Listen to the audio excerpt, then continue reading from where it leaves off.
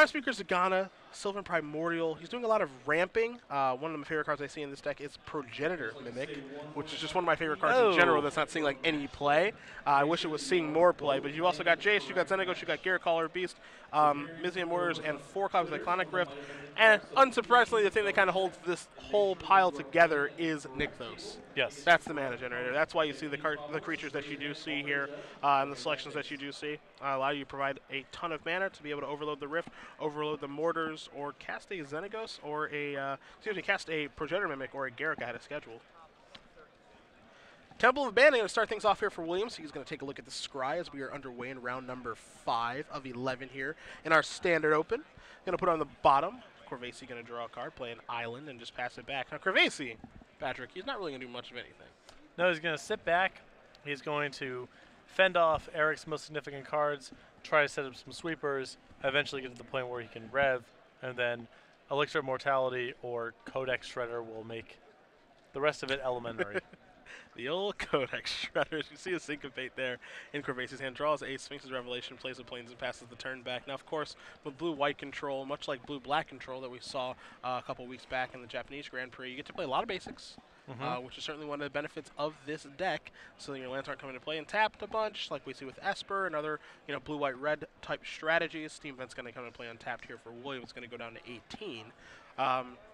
It's a deck that, as you mentioned kind of a little bit earlier, a few rounds ago, that it was kind of the hype coming into the Invitational in Vegas a few weeks back. Didn't really live up to the hype as much. Burnt Emissary into Witch Stalker. It's going to happen here for Williams, but Corvesi's off to a pretty nice start with it. Yeah. Able to break serve a little bit here with the Syncopate. And again, all he's trying to do is give himself the breathing space to set up a big Revelation. That is the plan. Chain Revelations, and then your opponent really can't come back as he does play a third land. Going to cast a Divination. Draw 2 cards. Another sign of a healthy constructed format when Divination is playable. Yep, I mean, usually the card drawing options, they've been think twice or better type of effects, and Divination's totally fine at getting the job done. Mutavault going to be the land here for Williams. He does have 3 copies of those in his 3-color deck. He's going to play another copy of Witch Stalker and attack here with Burning Emissary. So he's building up his devotion count a little bit. Don't think he has a Nykthos in his hand just yet, but he does have 4 copies of that card in his deck. I think I might have saw a Nykthos. There's Nykthos hiding out in there? I don't know if he has any payout, but if you're Corvesi, you probably want to cast a Verdict if you have one, and that's exactly what he's going to do. So take care of the Emissary and the Witch Stalker, Will Harry, before passing the turn back over to Williams. He'll take a draw. Looks like he drew a Jace Architect of Thought for the turn. Which he can cast. I feel obligated to check his lands just to make sure, because there's so many different. He, cast a Witch Stalker last turn. And reveals the Prime Speaker Zagana, a Nykthos, and a Temple of Mystery. So if you're Corvesi, you're probably thinking, all right, what is this guy up to here? He's got Nykthos, he's got Prime Speaker, he's got all sorts of mana. I feel like the cat's kind of out of the bag at this point. He's got a bunch of quality creatures and Prime Speaker and some things to Nykthos into. He's going to take the 2 cards, Will Williams. He's going to take the 2 lands, put Prime Speaker onto the bottom, so it'll be a while before we end up seeing that card again. Going to play Temple of Mystery. Time to scry. Leaves the top card on top. And, actually he's going to move it to the bottom. Reconsiders. Does move it to the bottom. And he's going to pass the turn back to Corvesi, who, again, we're just going to watch Harry do basically a lot of nothing, just answering exactly what Williams is up to. He's trying to make his land drops, trying to make sure Eric never gets to resolve anything too threatening. Yeah.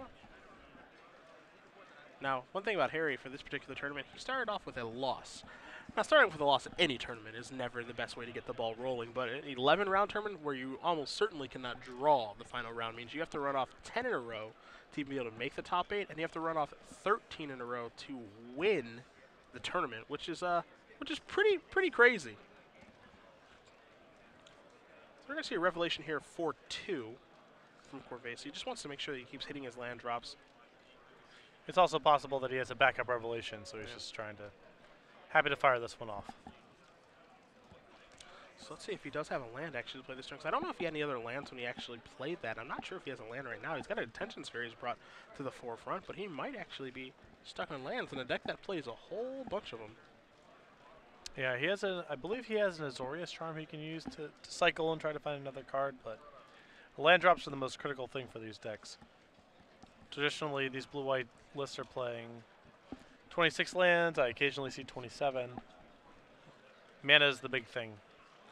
Cyclonic Rift is going to... The Hidden Sphere is going to take care of Jason. Cyclonic Rift is actually going to bounce the Detention Sphere. So Jace is actually going to reset at 4, so that's actually a creative play there from Williams to make sure he can use his Jace a bunch. I also like it because it's challenging for Eric to use these Cyclonic Rifts productively. Yeah. And, anytime he can cash them in for reasonable value, he should try to pick that spot because they're not going to be very good here otherwise. And I feel like that's exactly what he did on this particular turn. Also, as you mentioned, it's not going to get much better. Also causes Harry to discard for hand size, too. Harry discards a Ratchet Bomb before passing the turn back. Temple of Abandon, the draw here from Williams, but his Jace is reset at 4, so wouldn't be surprised to see him start by minusing that to look for some more cards. And that's where the fun begins. So off the top comes a Stomping Ground, another Jace, and another copy of Cyclonic Rift. Planeswalker Versus, says Corvasi, and the 2 cards are going to go to Williams' hand. Oddly enough, Williams, he hasn't played a land just yet. Not sure. Well, he does have an untapped one now because it's Stomping Ground, but Sylvan Primordial could actually be really good right now if it does resolve. Yeah. It's good once it's in play, right? Yeah. Now here's 7 mana, and here is the Primordial. You see Harry consulting his hand. I'm not convinced he has a counterspell right now for this, and he does not. So Plains is going to be targeted. Azorius Charm is going to get cycled, so basically can try to find a land. But the Primordial, that bad boy's going to resolve, my friend.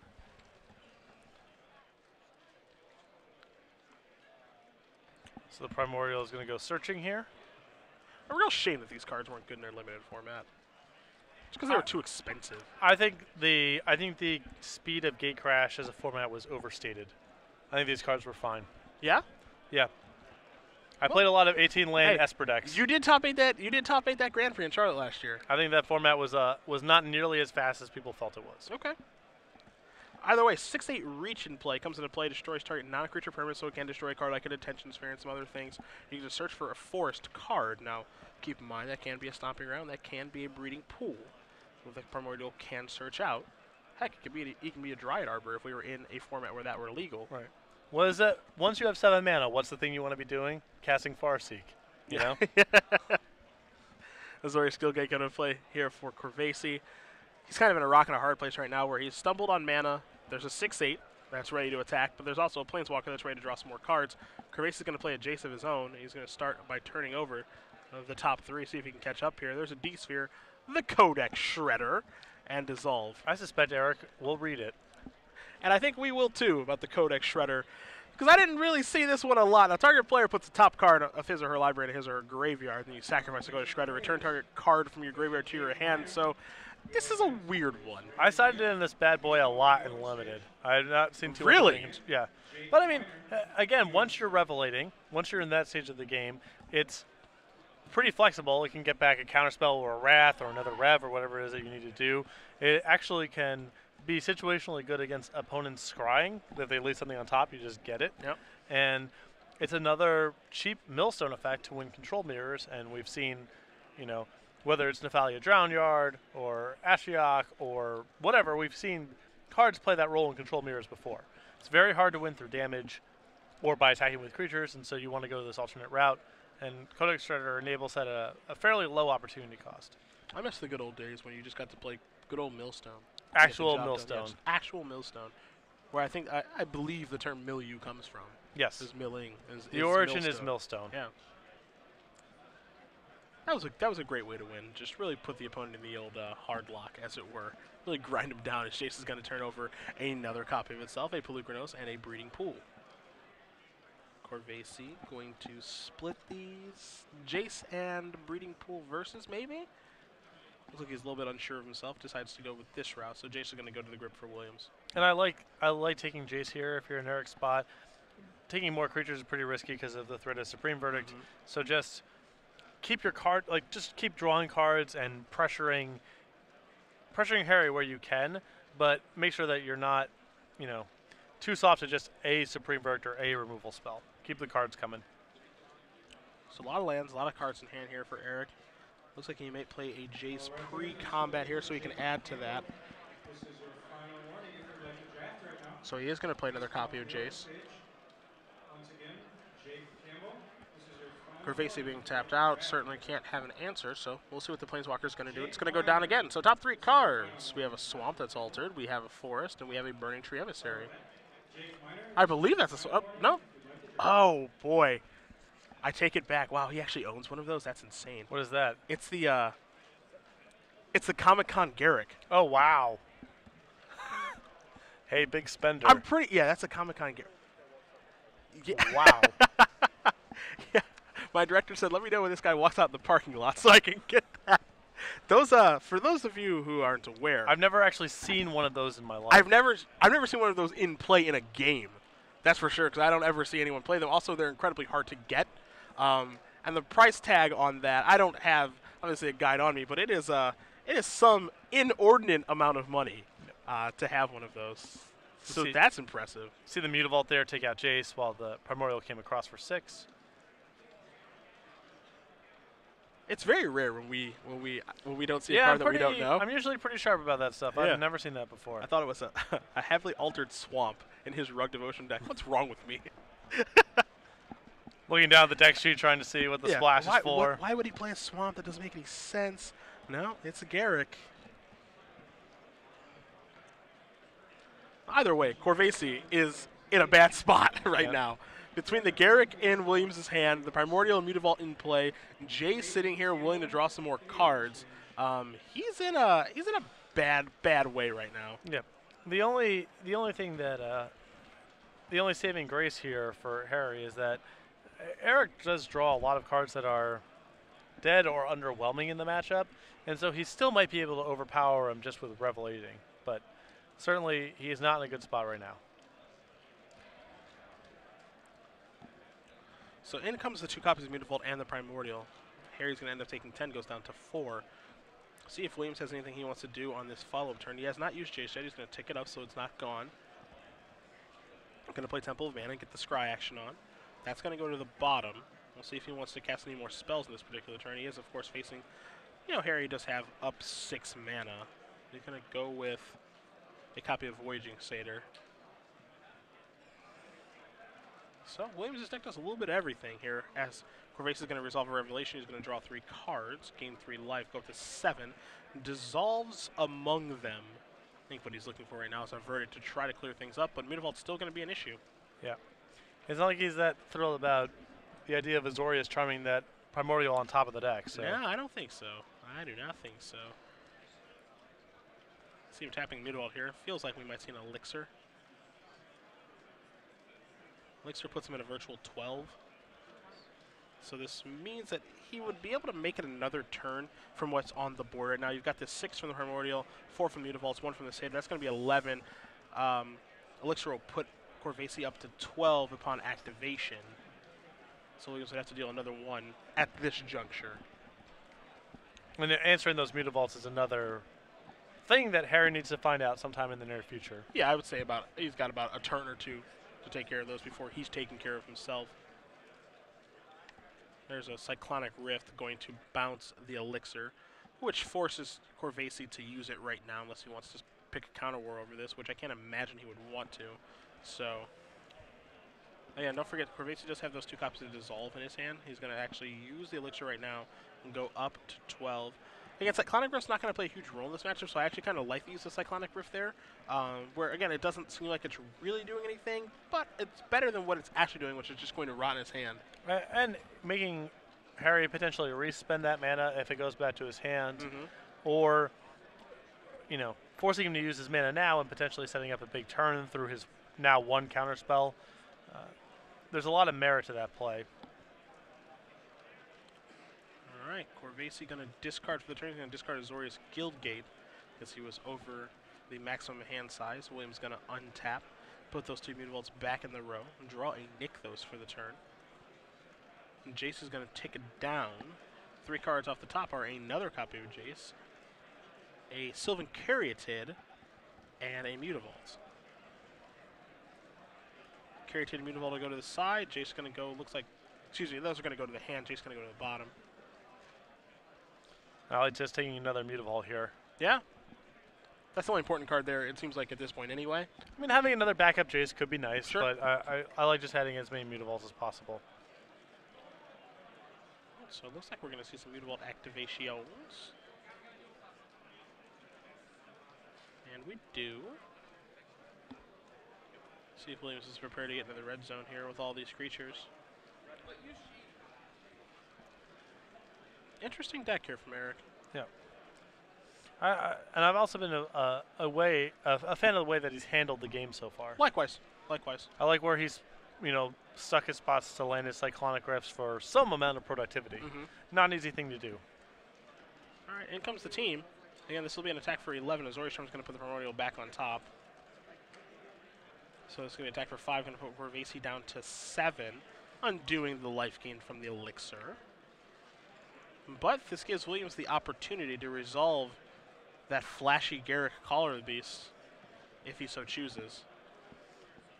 We've come this far, we're on camera, and you went through all that effort to acquire it. You got to put it into play now. I would be hard-pressed not to cast it. There's Nykthos, going to replace the old Nykthos. 6. There is the bling. And we have an image of it, which is insane. Yeah. There is your Garruk Caller of the Beast from, I believe, the San Diego Comic-Con. Yep. I believe that is where it's from, SDCC. And boy, is that pretty. Turn over the top 5, 2 Primordials, and a Sylvan Carrier going to go to the grip. So now, Corvasi just got to contend with 2 Planeswalkers, 3 Mutavaults. No big deal. A bunch of Stone Rain 6/8s. Yeah, no big deal. But he will continue on, admirably. He has a Quicken in his hand. If Eric is not careful here, he might be walking into Quicken Supreme Verdict, which would at least answer one angle that Eric's attacking him on here.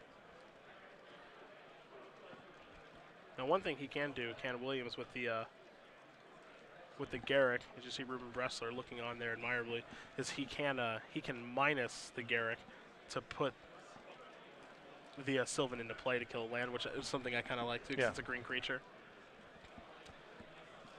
So angles within angles. Yeah, that's what he's going to do. So a free 6/8 comes into play that has a Farseek attached to it. Gets to search for a forest card, and there is a breeding pool.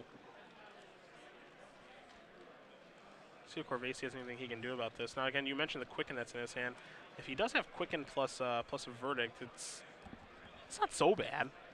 No, he's still facing 7 cards in hand and 2 Planeswalkers, and a lot of stuff. I mean, a lot of stuff. But if it were Quicken Planter Cleansing, now we're talking. Now we're cooking with gas. Yeah. Although I guess he would have to do it right away if it was Yes. Planter Cleansing, as he's missing the 3rd white source now. That's true. In the event. All right, after the Mutavaults get in the red zone for a lethal attack. Please make sure that you mark drop on your match results slip. If your results slip is turned in, Looks like Harry's mulling over a block with his please Mutavault make sure here. to come up here and visit the scorekeeper so we can avoid a number of no-show tables in the tournament. Thank you.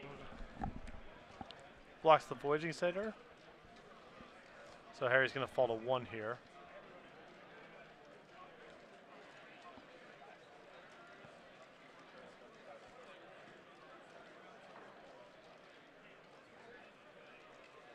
We'll see if Eric wants to add anything else here. He's going to plus his Jace.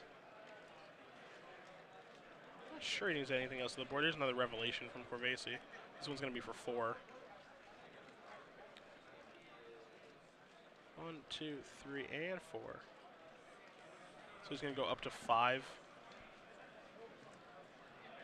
And untap here. Still has to overcome these 3 copies of Mutavaults, 2 Planeswalkers, Primordial. It just seems like a real uphill climb. 7 cards in hand. Yeah. I mean, I think it's kind of dangerous here if you're Corvasi because realistically, I don't think there's a great shot for him to win this game. We have his deck list in front of us. There's not really a great string of cards that he can find to actually win himself this game. And draws in most tournaments are pretty bad. A draw in this tournament is particularly bad. Yeah. We're looking at 11 rounds. There's a pretty healthy chance that 9-1-1 is not going to make top 8. So with his first round loss as well. Yeah, especially with a first round loss. He's got to go 10-1 to make top 8. So in a situation like that, if you're kind of beat in a situation you're like this, I don't think there's any shame in conceding because the blue-white deck takes forever to win, and Harry isn't someone who plays very quickly in the first place. Well, I think that with the blue-white deck, Harry has a Mutavault in play that can threaten these Planeswalkers, and he's drawn a bunch of cards. He still has Supreme Verdict in his deck. It's not impossible for him to claw his way out of this. Sure. I think it's also quite unlikely, but he's not just dead on board. He has some tools to work with here. Now you do see him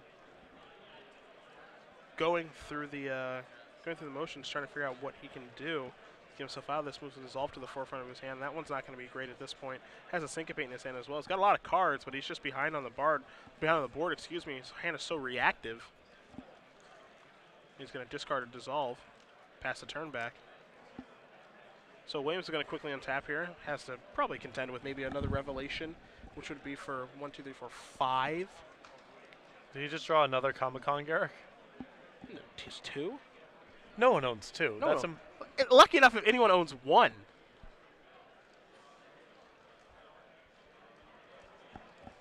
My goodness.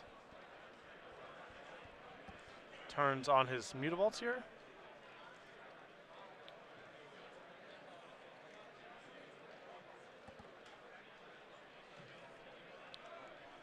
Looks like Mutavault is on chump blocking detail.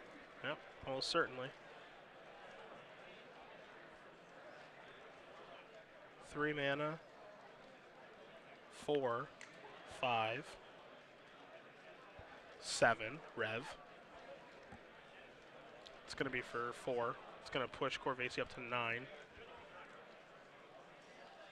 And this is his 4th Rev of the game, I believe. Now, of course, this deck is capable of casting numerous Revelations because the goal of the deck is to basically clear out all of your cards so that all you're doing is recycling Revelation, drawing a bunch of cards, finding what you need every single turn, and burying the opponent underneath card advantage. So seeing it cast 4 Revelations in one game is not much of a surprise. Seeing it cast 4 Revelations in a game and lose is pretty surprising. That takes a lot. That takes a lot. Garrett going to take up 2, 3, 4, 5. So Polukranos and Witchstalker are going to go to the grip. Lands are going to go to the bottom.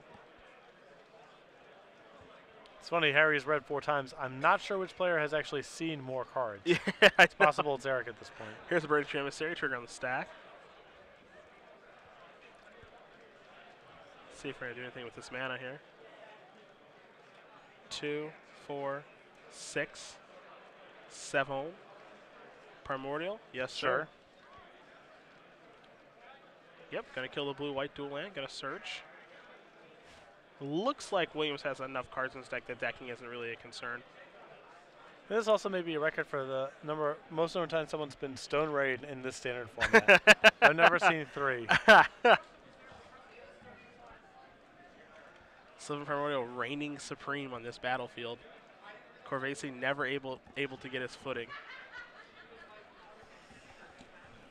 And you see the clock right now. We're about 27 minutes here. Harry again, I'm not sure if he's going to be able to come back from this. Jace is going to tick up, pass a turn back. But to have blue-white win 2 games in about 25 minutes, I would be impressed. Holophant going to come into play untapped. Corvasi going to go down to 1. So he has the Quicken Supreme Verdict combo now. That is available. Not sure if he's going to catch him off guard with this or not. Yeah, the problem is that Eric doesn't need to activate his Mutavaults at this point. Yeah. As he can simply send the creatures that are in play first and see what happens. Looks like Corvasi is going to figure out what cards he's keeping and discard.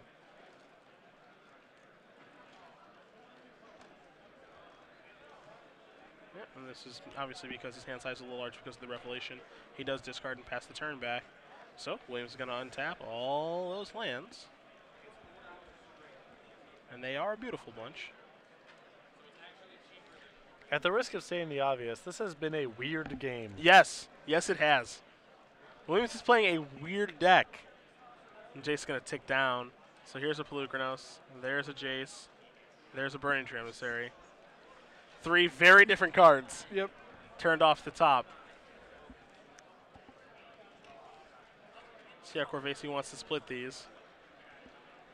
They just represent 3 incredibly different things. So Jason Burning Tree are going to go to the grip. Polukranos going to go to the bottom.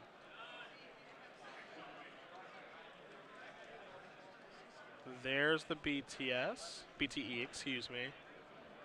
2, 4, 6, 8, 10. What on earth is happening now? Yeah, I can't wait to see what's going to happen next. 12. Jace. So we've got 8 mana floating. Jace is going to tick down. There's a Nykthos. There's a Temple. There's a Primordial. I think it's going to be Primordial versus. It is. Take that. There's 8 green mana floating. Convenient number. That Temple and Nykthos have to go to the bottom of the deck. So we'll make sure that that's cleaned up in just a moment here. Primordial is going to come to play off of Garruk. Going to take down the Hollowed Fountain, which is going to force Harry's hand with Quicken, Supreme Verdict. Pretty awesome to be far enough ahead in the game where you can test spell your opponent with a Sylvan Primordial. Yeah. So those lines are going to go to the bottom finally on Jace. Harry's going to float a white mana. He's really trying to catch him with this Quicken. It's admirable. Don't know if we have Mutavault activations or not yet. I don't know if there is that kind of mana floating. Players trying to count out exactly how much mana got made and how much mana got spent.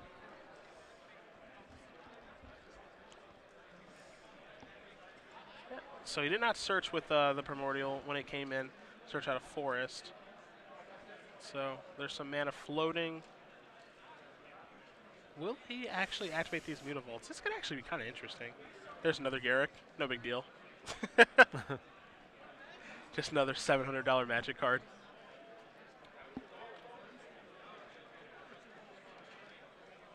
He's going to activate one.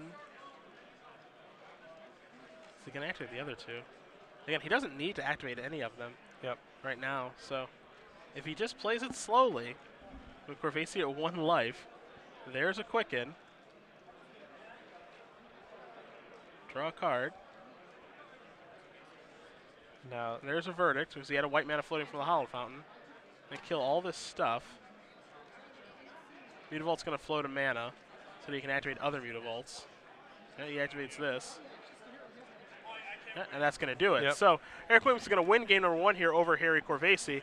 Harry trying to walk him into a trap there, was unable to. not for lack of effort. Yeah, I mean, definitely worth a try. Again, you know, there's a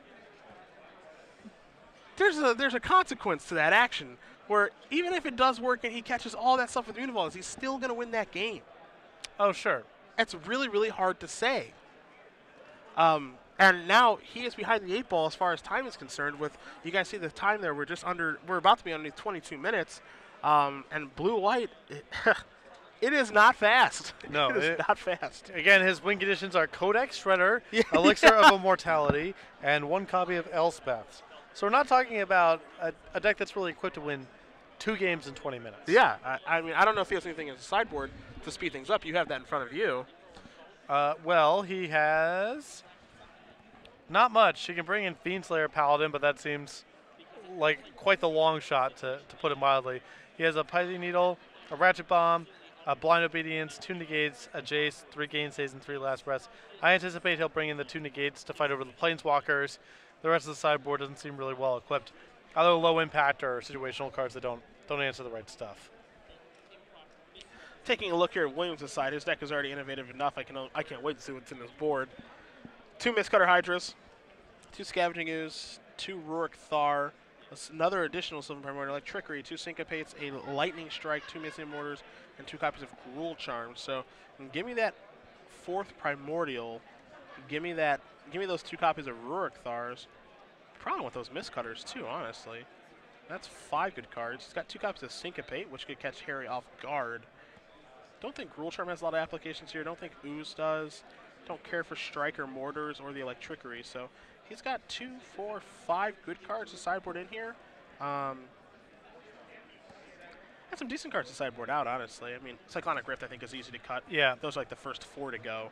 And then I think he can board out his 2 copies. He's got 2 copies of Mizzy Mortars. He can board out one of those, and then maybe board in like a Lightning Strike for the other Mizzy Mortars, because Mortars is not really going to do very much in this matchup. So did you get an opportunity to sign Eric's shirt earlier today? I did get to sign the back. So as you guys will see there on the right, Eric's shirt has a lot of signatures on it. His jacket is unique, and that is signed by all the MTG personalities that he has met during his time of playing Magic. So he came up to me actually before this match started and asked me to sign it, and I signed on the back. I signed on the front, on the right-hand side of your screen, so the left side of his body. Near the shoulder, the little light scribbles, that's me. Oh, that's you. a very distinct signature, Yep. so that's good. Easy to point out in a crowd. Yeah. Well, I didn't want to press too hard on signing it. The dude's wearing the shirt or whatever, so. Oh, sure, I understand. You're so strong, you could put the Sharpie right through him. That isn't what I said at all. Oh, okay. I'm saying that I don't, never mind, forget it. What would you say that you are saying? What I'm trying to say is that it doesn't lead to the most, the tightest looking signature.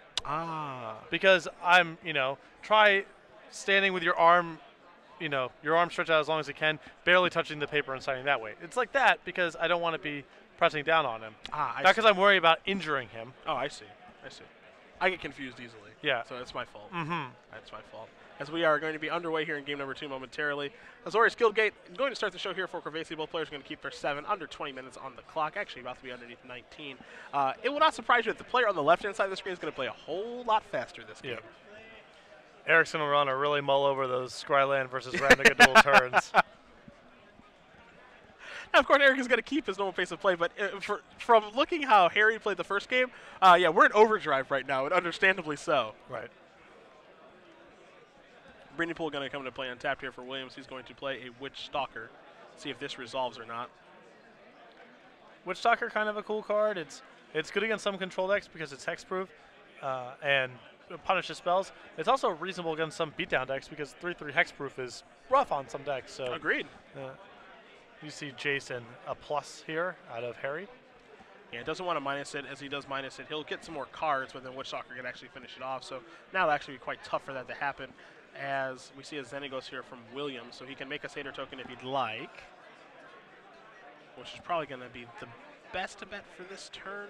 Yeah, I like just taxing Jace as much as possible. Yeah, I agree. There is your token, and both are going to get into Jace. So Trigger is going to bring this down to 2. Pass the turn back. So Corvesi is going to draw a card. He's going to cash in the Jace. Top 3 cards coming. You got a Pie the Needle. You have a Codex Shredder, and you have an Azorius Guildgate. The split will be Shredder and the land versus the Needle. That's going to go to the bottom. Needle going to go to the grip. Going to cast that. Take care of Xenagos. Basically going to play his land for the turn. Pass the turn back. So Williams going to quickly untap. He'll take a draw.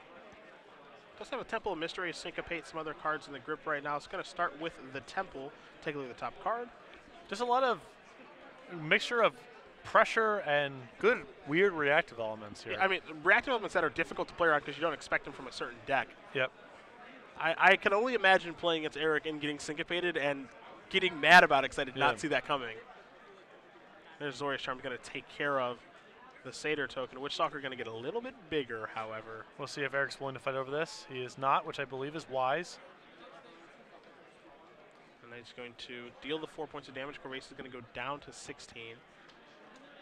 See if Williams has anything to follow up with this turn. He does not. He just passes the turn back with a Garruk in his hand at the ready.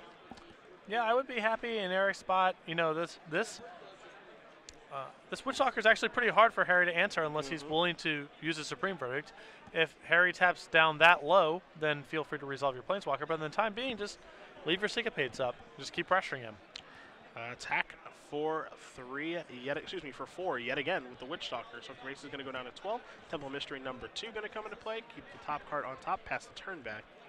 Now, even though Xenagos can't be used because of the Pie the Needle, don't forget that it can contribute towards the devotion count for Nykthos because it's not dead. Yeah. It is in play. So currently Nykthos is breaking even. See Mutavault going to come into play and attack here for 4 from Williams. Going to put Corvesi down to 8. And Williams has been really sharp in these games so far. He has demonstrated a really good knowledge of, how he's supposed to play the matchup out how his cards work and stuff. He's been really sharp. Syncopate's going to take care of that big revelation on the end step that Corvaisi really did need to have resolved. There's a Quicken over there in Corvaisi's hand. I'm not sure if he has a Supreme Verdict or not just yet, but he needs to get that Switch Stalker off the board because Williams has proven that he's not going to do anything but attack with this and leave counters up. So here's a revelation. There's Syncopate again, and these Syncopates are actually quite backbreaking right now. Yeah, these are, and now the shields are down. Eric can land Garrick or whatever. He's also has a Mute Vault in play, so an attack knocks Harry down to 2 at the minimum, and then he can maybe do both of those things. Steam Vent's going to come into play on tap. Williams going to go down to 16. Yeah, he can do exactly what you mentioned, which is play the Garrick and get in with the Mutavault. So that's where we're going to start, is by attacking, put Corvaisi down to 2, and get the Bling out there one last time. The Caller of Beast is going to come in, minus that, put a Rurik Far into play. Yeah, that's it. Eric Williams. That is the perfect, weird, but powerful ending to 2 very weird and powerful games out of Eric Williams. Give me some